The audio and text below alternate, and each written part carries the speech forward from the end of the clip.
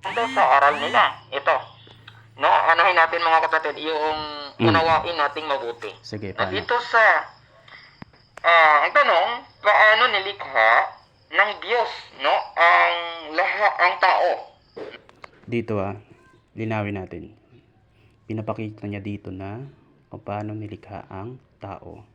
Hindi niya sinabi kung paano nilikha ang iba't ibang uri ng tao. Okay? Ang tao. No, dito tayo sa tao. Dito po mga kapatid, no, sa Surah 96 verse 2 o Surah 96 ayat 2, created man out of mere cloth of congealed blood, no, sa pamagitan daw po ng dugo. Itong unang binanggit niya, ito ay tumutukoy sa ordinaryong tao. Yung namuong dugo dito ay sa sinapupunan ng babae, bunga ng pagtatalik ng mag-asawa. So pagdating po dito sa Surah 15:26, we created man from sounding clay, from mud molded into shape. Ito naman, di niya kasi binabanggit kung sino ang nilikha dito. Dito naman sa chapter 15:26, yung clay na tinutukoy dito ay si Adan.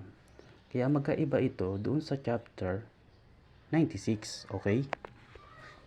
So mula daw po siya sa clay, no, na-mold siya into shape, no, ginawa siya. Inihugis siya, no, mga kapatid, no, binuo hanggang nahugis. So ito mga kapatid, galing sa putik, mold, no, mud, molded. Sino ba yan? Ikaw ba yan o si Adan? So doon kanina, mula sa dugo. Ha?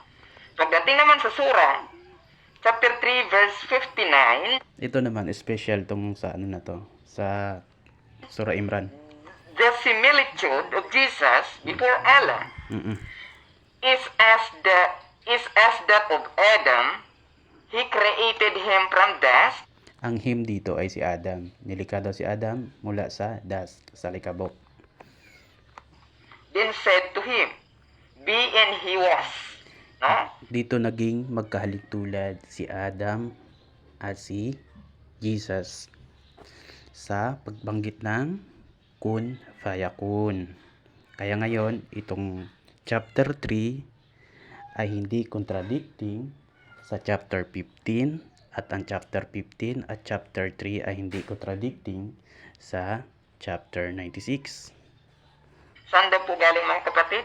Doon kanina sa putik, sa kabila naman sa dugo, at dito naman ay galing naman po sa alikabok. Kapag sinabi mo sa alikabok, ang tinutukoy dyan si Adam. Ang sa chapter 3, nakapokus yan kung paano ang pagkakalintulad ni Adam kay Jesus sa kun fayakun. Okay? So alin ba talaga? At saan ba talaga? No? Galing sa dugo? Galing sa putik? Ang galing sa dugo ay ikaw.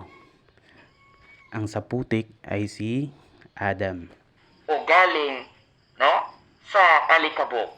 Ang No? alikabok Dito si naman Adam po pa rin sa yan. translation ni Joseph Ali, Surah 1967 and also Surah 52 and 35.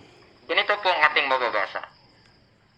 But does not man call to mind that we created him before out of nothing? Saan daw po? Nilikha daw po sa wala. Nanggaling po sa wala. Ganto yan, Brad. Nung hindi ka pa sinisilang, nung hindi pa pumasok ang similya ng iyong ama sa sinapupunan ng iyong ina, ano ka? Hindi ba wala? Wala ka.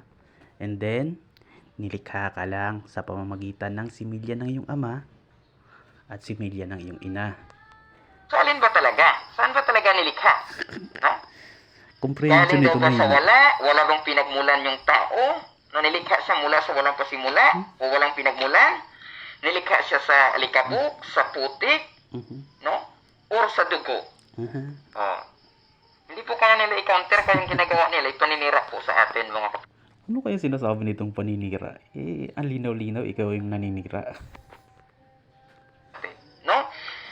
At dagdag natin, naninira ka na hindi mo alam, wala kang comprehension, hindi mo naiintindihan ang mga binabasa mo. Dagan pa natin. He has created man from a sperm drop, and behold the same Uy, man becomes an open disputer. yon, ang linaw. Nilikha daw ang tao mula sa similya. Ngayon, nung wala pang similya na yan, wala ka pa. Nung pumasok na yung similya, yun, nandyan na. Mabubuo ka na. Nung pumasok na ang similya ng iyong ama sa sinapupunan ng iyong ina, doon na yung nabuong dugo na unang verse na ginamit mo. Pagkatapos, si Adan at si Jesus, magkakaiba ang pagkakalikha sa magkakaibang mga tao. Okay? Tayo mga ordinaryong tao na nagmula sa lalaki at babae, doon tayo nagmula sa similya at pagkatapos namuong dugo. Okay? In Surah 16, verse 4, saan daw po, no? Nilikha ang tao mula daw po sa sperm o similya, mga kapatid. So dito natin makikita, Alangan tututol ka na ikaw ay nagmula sa similya. Pagkatapos nung sa sinapupunan ka na ng iyong ina ay namuo kang dugo. Alangan tututol ka rin na nung wala pa ang iyong similya ng iyong ama, ikaw ay wala. Hindi ka umiiral. Mula ka sa wala. Okay? mayroon pong isa, dalawa, tatlo, apat, no? May apat po, Okay. no, na pamamahayag sa Quran na magkakontrahan. Magiging contradiction yan, ulitin natin, magiging contradiction yan kung ang apat na yan ay tumutukoy sa isang tao. Kung ang apat na yan ay tumutukoy lang kay Adam. Kaso, nandito tayo. Nandyan si Jesus. Di ba? Kaya hindi siya magiging contradiction sa isa't isa. Ang contradiction ngayon ay ang pangunawa mo.